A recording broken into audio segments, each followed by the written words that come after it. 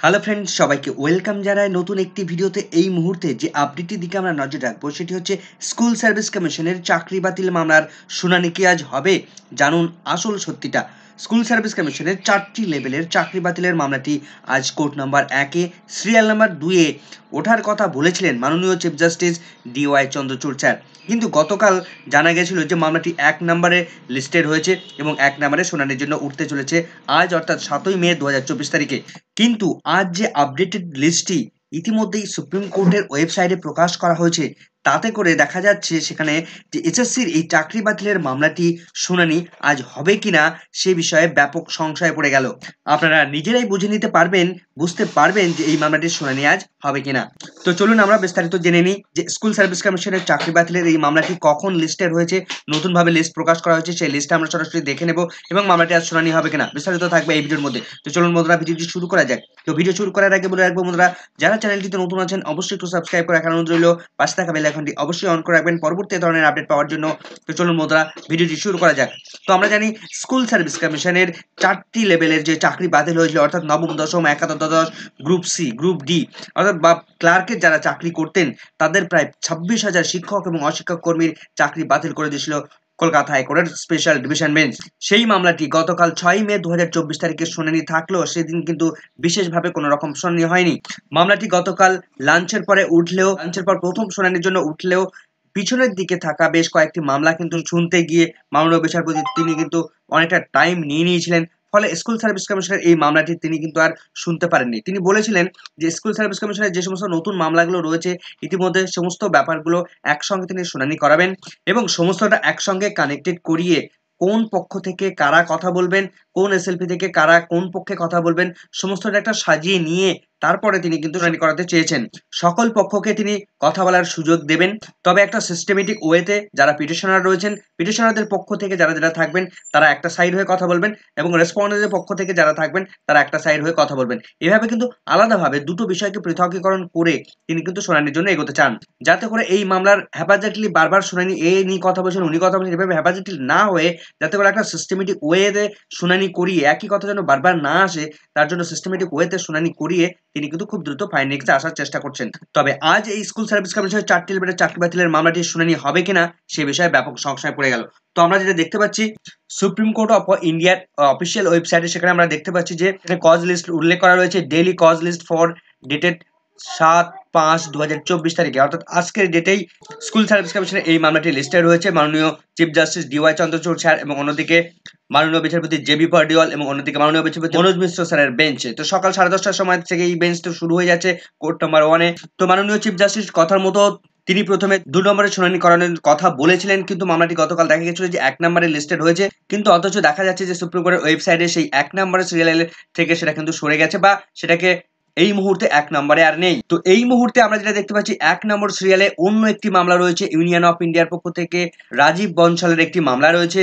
এখন বিষয় হচ্ছে 1 নম্বরে এই মামলাটি স্কুল সার্ভিস কমিশনের এই মামলাটি শুনানি না থাকলেও 2 নম্বরে থাকতে পারতো। তো 2 নম্বরে আমরা দেখব 2 নম্বরে যেতে গেলে আমাদের কতটা রাস্তা অতিক্রম করতে হবে। তো আমরা একটু নিচে নামাচ্ছি, নিচে নামলে কিন্তু ব্যাপারটা পরিষ্কার হয়ে যাবে। তো 1 নম্বর মামলার সঙ্গে কানেক্টেড মামলা রয়েছে, দেখুন 1-এর সাব নাম্বার 1 রয়েছে কানেক্টেড ম্যাটার হিসেবে, এখান থেকে শুরু হয়েছে। 2 নম্বর শুরু হয়েছে। আমি একটু নিচের দিকে যাব আস্তে আস্তে, আপনারা দেখবেন এখানে কতগুলো মামলা কিন্তু লিস্টেড হয়েছে। শুধু একটু নিচের দিকে যাব, দেখবেন কতটা মামলা এখন লিস্টেড হয়েছে। 1 নম্বর সিরিয়ালে তার সঙ্গে কানেক্টেড ম্যাটার রয়েছে প্রচুর মামলা একসঙ্গে প্রথম শুনানির জন্য উঠতে চলেছে আজ সুপ্রিম কোর্টে, উঠতে চলেছে কোর্ট নাম্বার 1-এ। তো 1 নম্বরে এখনো চলছে, দেখুন 83, 1.83, তো কানেক্টেড 1.84, অর্থাৎ কিন্তু প্রচুর মামলা রয়েছে। প্রথম মামলাটির সঙ্গে কানেক্টেড মামলা প্রচুর রয়েছে। তো আমরা একটু নিচে দেবো, 100-এরও বেশি চলে এলাম। তো আমরা দেখব কত পর্যন্ত লাস্ট কতগুলো মামলা রয়েছে প্রথম মামলার সঙ্গে কানেক্টেড ম্যাটার হিসেবে। তো এখনো চলছে, 120 পর্যন্ত চলে এলাম, এখনো কিন্তু মামলাটি শেষ হয়নি। 121, 126 কন্টিনিউ চলছে, 129, 132, 33, 35, 36, 37, বাবা ঠিক এখনো কতটা প্রচুর মামলা রয়েছে। 1 নম্বরের সঙ্গে 172, 74, 77 এখনো চলছে, এখনো শেষ হয়নি প্রথম মামলাটি। 200 পেরিয়ে এলাম, এখনো শেষ হওয়ার নাম নেই। 1 নম্বরের সঙ্গে 300 পর্যন্ত চলে এলাম, এখনো পর্যন্ত শেষ হলো না। অবশেষে এসে শেষ হলো 1 নম্বরের সঙ্গে কানেক্টেড ম্যাটার হিসেবে 377টি মামলা। 377টি মামলা রয়েছে প্রথম মামলার সঙ্গে যুক্ত।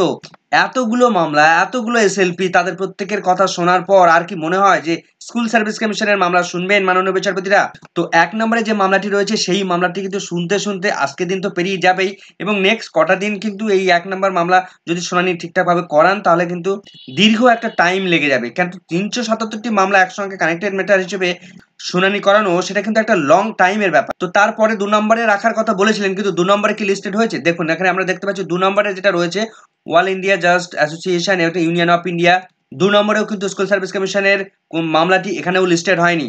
তো আমরা একটু নিচের দিকে চলে যাব, ২ এর পর ৩, ৪, ৫, ৬ এর দিকে দেখব যে লিস্টেড হয়েছে কিনা। ২, ৩, ৪, ৫, ৬ যেটুকু দেখতে পাচ্ছি এখানে কিন্তু ৮ নাম্বার রয়েছে, এখানে কিন্তু এই মামলার সঙ্গে লিস্টেড হয়নি। তো ৯ নম্বর পর্যন্ত এসেছি, ৯ নম্বর পর্যন্তও কিন্তু কোনো স্কুল সার্ভিস কমিশনের মামলাটি কানেক্টেড নেই। তো আমরা ৯ এর সঙ্গেও কিন্তু টোটাল ১৩টি মামলা কিন্তু আমরা দেখতে পাচ্ছি।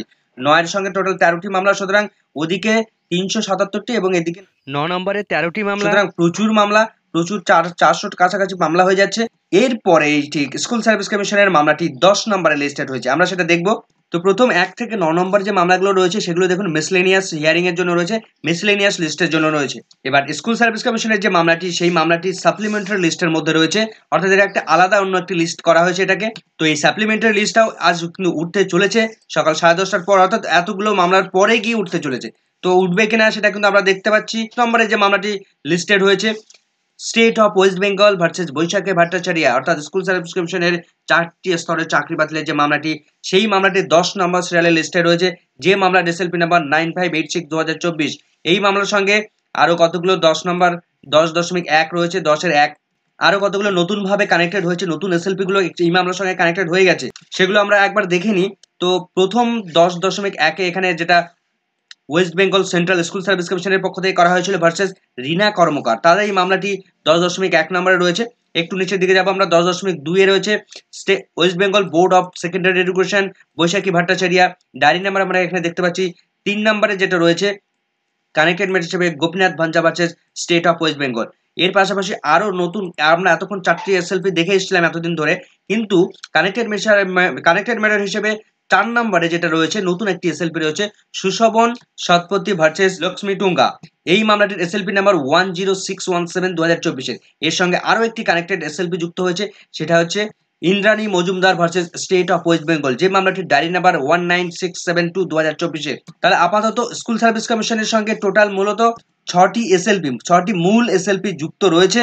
বাদ বাকি আরো অনেকগুলো এসএলপি, টোটাল যেটুকু জানা যাচ্ছে যে টোটাল ২০টারও কাছাকাছি এসএলপি কিন্তু এই সুপ্রিম কোর্টে ইতিমধ্যে জমা পড়েছে। এখন সব থেকে বড় প্রশ্ন যে আজ কি এই মামলাটির শুনানি হবে? আপনারা কিন্তু নিজেরাই উত্তর দিতে পারছেন যে এই মামলাটির শুনানি হবে কিনা বা শুনানি করানো সম্ভব কিনা।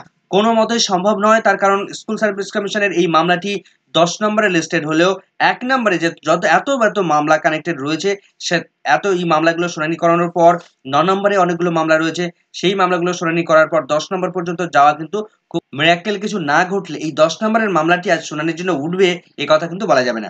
তো দেখা যাক, আর একটু পরেই আমরা সুপ্রিম কোর্টের অফিসিয়াল ওয়েবসাইটে নজর রাখবো, সেদিকে কি কি আপডেট আছে সেই এই চ্যানেলে অবশ্যই আপনারা পেয়ে যাবেন। পরবর্তী আপডেট পেলে অবশ্যই আপনাদের সঙ্গে শেয়ার করবো। এই মুহূর্তের এই ভিডিওটি ভালো লাগলে অবশ্যই একটু লাইক এবং কমেন্ট করে যাবেন। চ্যানেলটিতে নতুন হলে অবশ্যই একটু সাবস্ক্রাইব করে রাখার অনুরোধ রইল, পাশে থাকা বেল আইকনটি অবশ্যই অন করে রাখবেন পরবর্তী ধরনের আপডেট পাওয়ার জন্য। সকলকে ধন্যবাদ।